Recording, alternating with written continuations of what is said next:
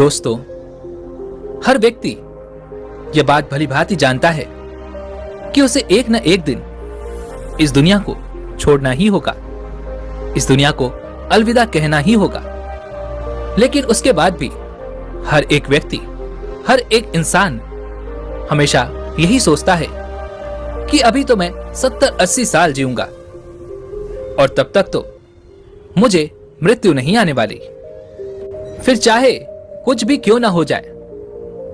हम में से अधिकांश लोग इसी सोच के साथ अपना पूरा जीवन जीते हैं। लेकिन इसके पीछे जो वास्तविकता है उस पर आपका ध्यान कभी नहीं जाता।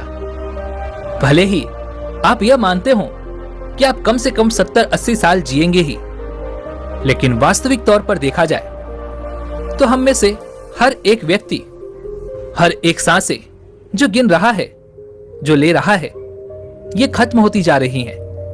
और कब ये खत्म हो जाएंगी ये किसी को नहीं पता। कब कौन सी सांस हमारी आखिरी सांस बन जाए ये हम में से कोई नहीं जानता।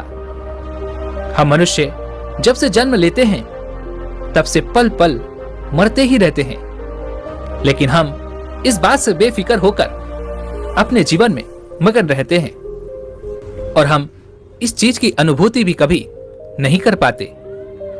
और इसका एकमात्र कारण है हमारी संवेदना। संवेदना के स्तर से हमारा शरीर, हमारा दिमाग बहुत नीचे होता है, और जिस दिन हमारी संवेदना का स्तर ऊपर उठ जाएगा उस दिन हमें इसे एहसास कर पाएंगे और इसकी अनुभूति भी हमें अवश्य होगी कि हम किस तरह से एक एक पल, एक एक दिन मरते जा रहे हैं। दोस्तों, आज की जो कहानी मैं आपको सुनाने वाला हूं, इस कहानी में एक ऐसा प्रश्न है जिसका जवाब आप भी जानना चाहते होंगे। आपके मन में भी यह सवाल अवश्य उठा होगा, लेकिन अब तक आपको इसका जवाब नहीं मिल पाया होगा।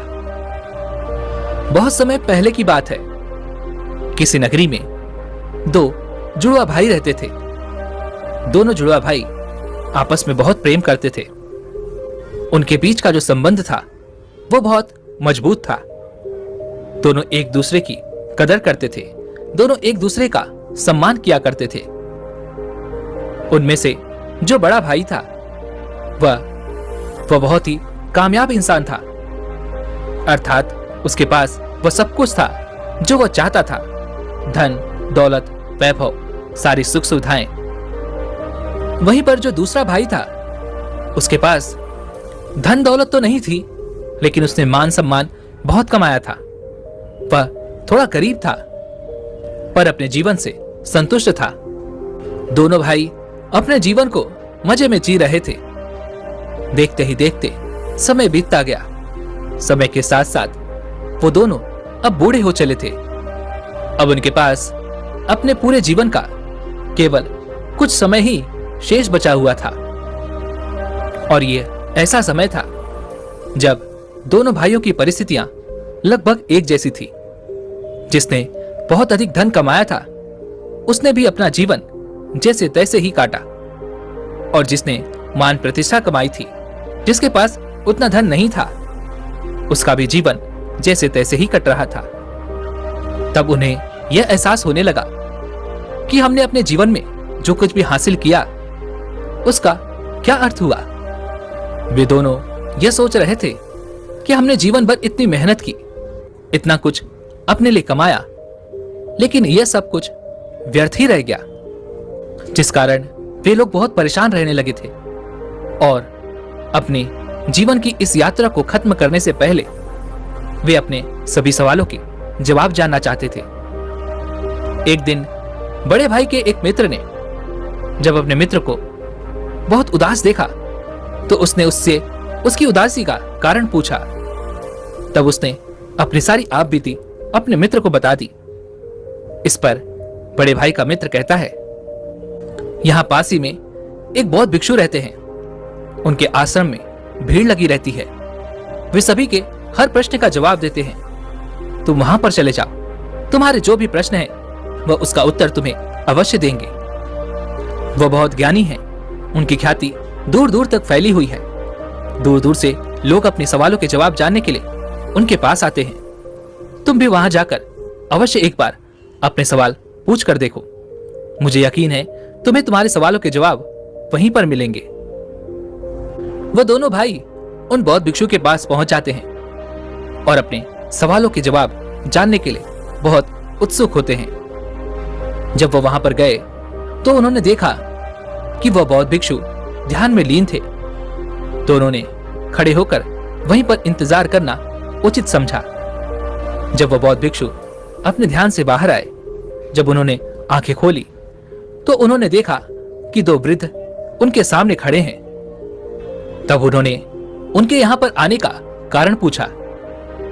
तभी बड़े भाई ने कहा, हे महाराज, मैं आपसे अपने सवालों का जवाब जानना चाहता हूं। मेरे मन में कई सवाल हैं और मुझे उनके जवाब चाहिए। मैंने सुना है कि आप किसी को खाली हाथ नहीं जाने देते। आप सभी की समस्या का निवारण करते हैं, आप सभी की शंकाओं को दूर करते हैं। इसलिए हम आपके पास आए हैं और हमें पूरी उम्मीद है कि आप हमारे सभी सवालों का जवाब भी हमें अवश्य देंगे। इस पर वह बौद्ध भिक्षु मुस्कुराने लगे और कहते हैं, बेटा, मेरे पास तुम्हारे सभी सवालों का जवाब है या नहीं, यह तो तुम्हारे सवाल पर निर्भर करता है। लेकिन मेरे पास इतना समय नहीं है कि मैं तुम्हारे सभी सवालों का जवाब दे सकूं। लेकिन हां, अगर तुम इन सभी सवालों का निचोड़ निकालकर मुझे केवल एक प्रश्न दो तो मैं इसका उत्तर तुम्हें अवश्य दे सकता हूं। अर्थात जीवन के सारे सवालों को एक ही सवाल में पेश करो तो मैं तुम्हारी मदद अवश्य कर सकता हूं। उन बौद्ध भिक्षु की यह बात सुनकर दोनों बड़े चिंतित हो गए।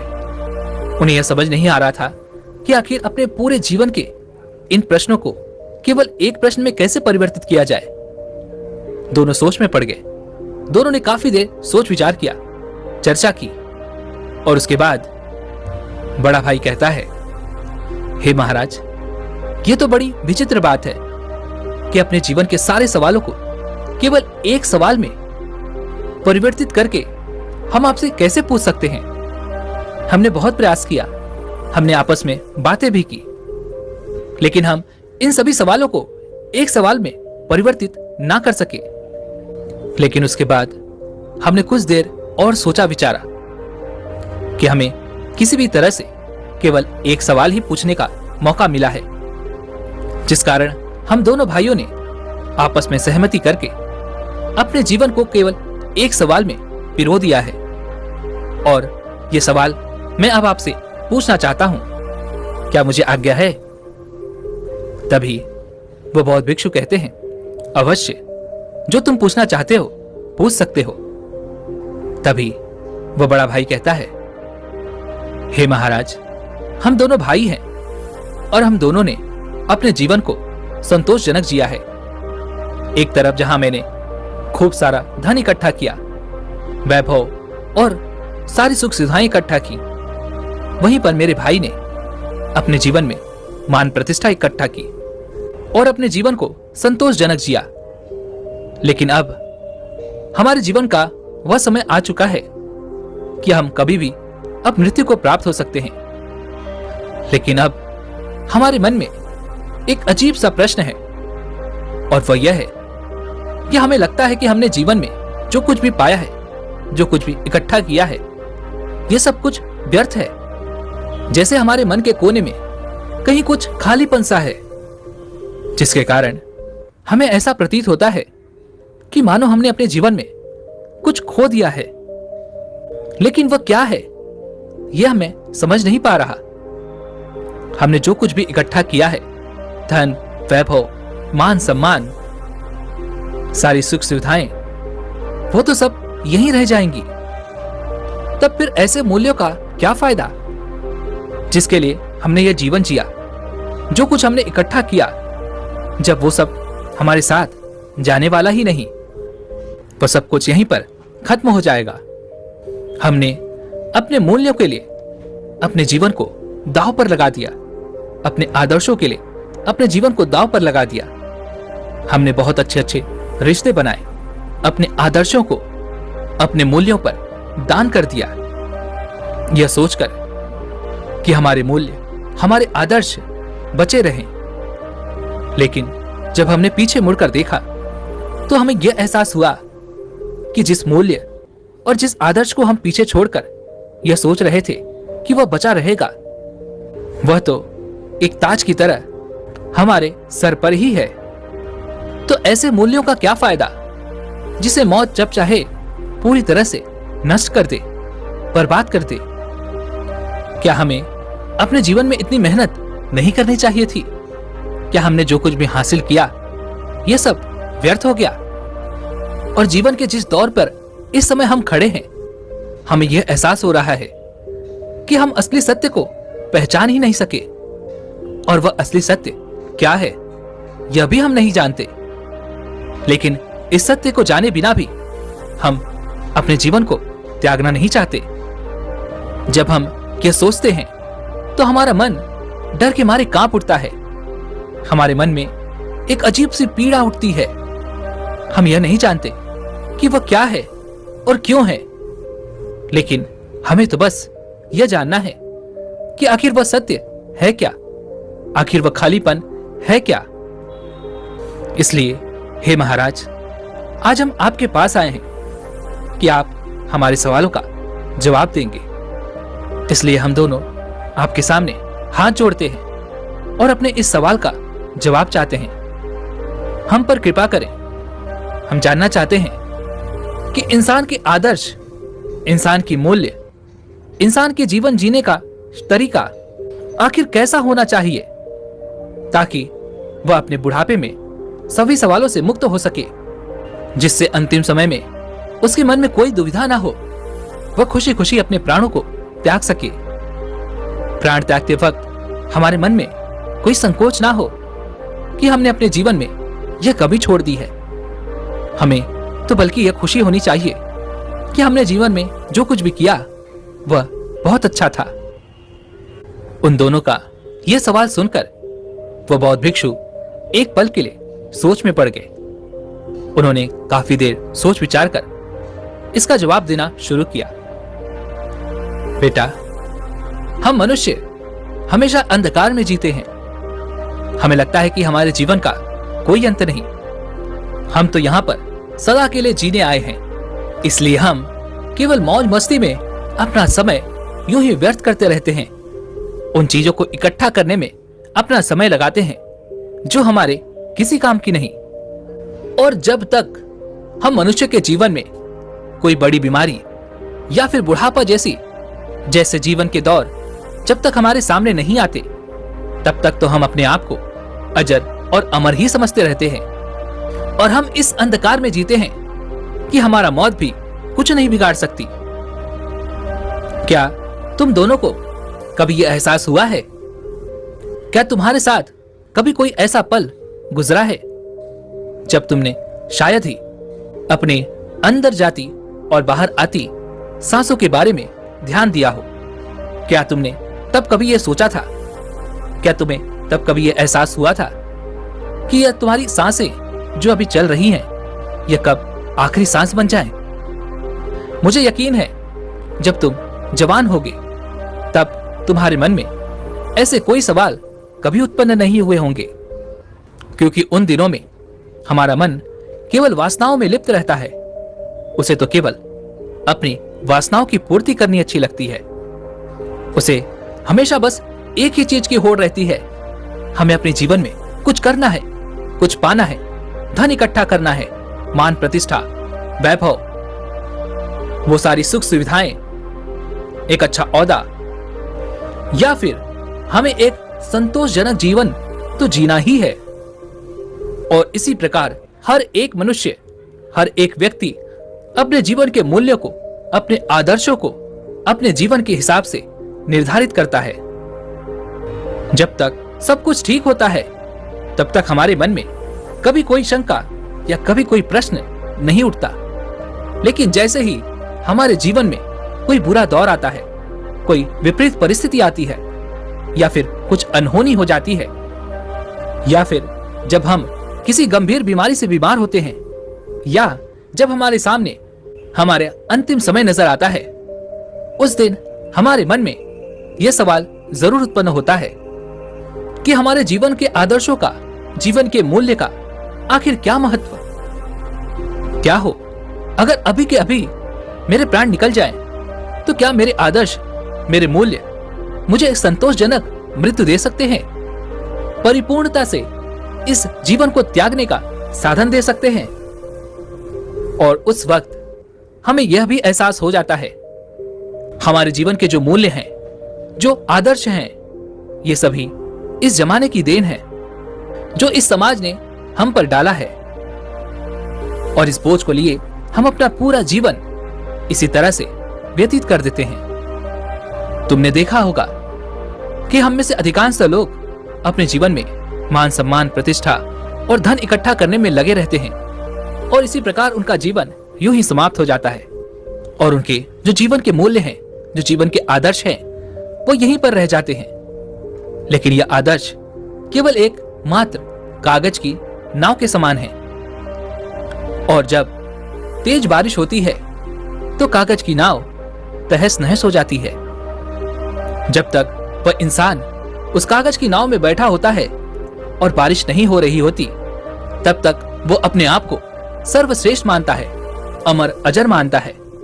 वह सोचता है कि मौत भी मेरा कुछ नहीं बिगाड़ सकती। लेकिन जब उसे इस बात का एहसास होता है कि मैंने व्यर्थ की चीजों को इकट्ठा करने में अपना पूरा समय गंवा दिया, अपना पूरा जीवन व्यर्थ कर दिया, तब तक बहुत देर हो जाती है।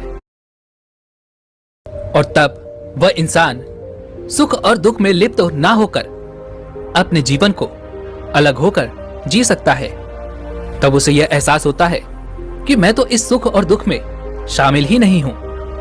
और जब यह भाव उस व्यक्ति के अंदर पैदा हो जाता है, तो सारे व्यर्थ के लक्ष्य, जिनके पीछे भागने और दौड़ने की यह प्रतिस्पर्धा चलती रहती है, वह हमेशा के लिए खत्म हो जाती है। आपका मन चैतन्य से भरा नहीं होगा तो आप उस पल मौजूद ही नहीं होंगे, तो भला आप उस पल को कैसे जिएंगे? उस पल क्या घट रहा है यह आपको पता तक नहीं होगा, और जब वह घटना होकर गुजर जाएगी, तब आपको एहसास होगा, तब आप अपनी परिस्थिति को दोष देंगे कि मैंने तो अपने जीवन में अच्छे लक्ष्य, अच्छे आदर्श, अच्छे मूल्य निर्धारित किए थे। लेकिन आप यह भूल जाते हैं कि केवल लक्ष्य को निर्धारित करने से आप अच्छा जीवन नहीं जी सकते, अपने जीवन को आनंदमय नहीं बना सकते, और तो और आप अपने जीवन को जीना नहीं सीख सकते। यही तो परम सत्य है, और यही हमारे मन का आखिरी सवाल, अर्थात बुढ़ापे का आखिरी सवाल। इसका जवाब तो उन दोनों को मिल गया, लेकिन क्या आपको मिला? दोस्तों, अगर आप अभी भी अपने जीवन को चैतन्य होकर, जागरूक होकर जीना सीख जाते हैं, तो आप अपने जीवन को परम आनंद की ओर ले जा सकते हैं। आप अपने जीवन के हर पल का, हर क्षण का आनंद उठा सकते हैं। लेकिन अभी भी अगर आप अपने जीवन में चैतन्य को प्राप्त नहीं करते, तो इस जीवन के अंतिम समय में आपको भी केवल पश्चाताप ही होगा। तब उस समय आप केवल इस सोच में रह जाएंगे कि मैंने तो अपना इतना समय केवल सोते सोते गुजार दिया, मैंने अपना इतना समय केवल इधर उधर की बातों में लगा दिया। इसी प्रकार के कई सवाल आपके मन में उठने लगेंगे, और तब आपके हाथ केवल पश्चाताप ही रहेगा, क्योंकि आपका वह समय तो बीत चुका है, और आप उस समय को वापस नहीं पा सकते। जब वह पल आपके हाथों से निकल चुका होगा, तब आपको उसकी असली अहमियत समझ आएगी, और तब आप केवल यह सोच रहे होंगे कि अब तो केवल मेरे पास कुछ ही क्षण बचे हैं। तब आप केवल रोते बिलखते रह जाएंगे, लेकिन आपके हाथ कुछ नहीं आने वाला। इसलिए दोस्तों, आज से और अभी से अपने जीवन को जागरूक होकर जीना सीखें। हर पल, हर क्षण को खुशी से जिए। ऐसे जिए मान लो कि यह समय आपका आखिरी समय है, यह दिन आपका आखिरी दिन है, यह पल आपका आखिरी पल है, जिससे आपके लिए हर एक पल नया होगा, खास होगा और आप ही का होगा। दोस्तों, उम्मीद है कि आपने आज की इस वीडियो से जरूर कुछ न कुछ सीखा होगा। तो इस वीडियो को लाइक और अपने दोस्तों के साथ शेयर करना ना भूलें और हमें ऐसे ही सपोर्ट करने के लिए चैनल को सब्सक्राइब और घंटी बटन को भी जरूर दबा दें। तो चलिए मिलते हैं इस एक और वीडियो में, तब तक के लिए अपना ख्याल रखें। धन्यवाद।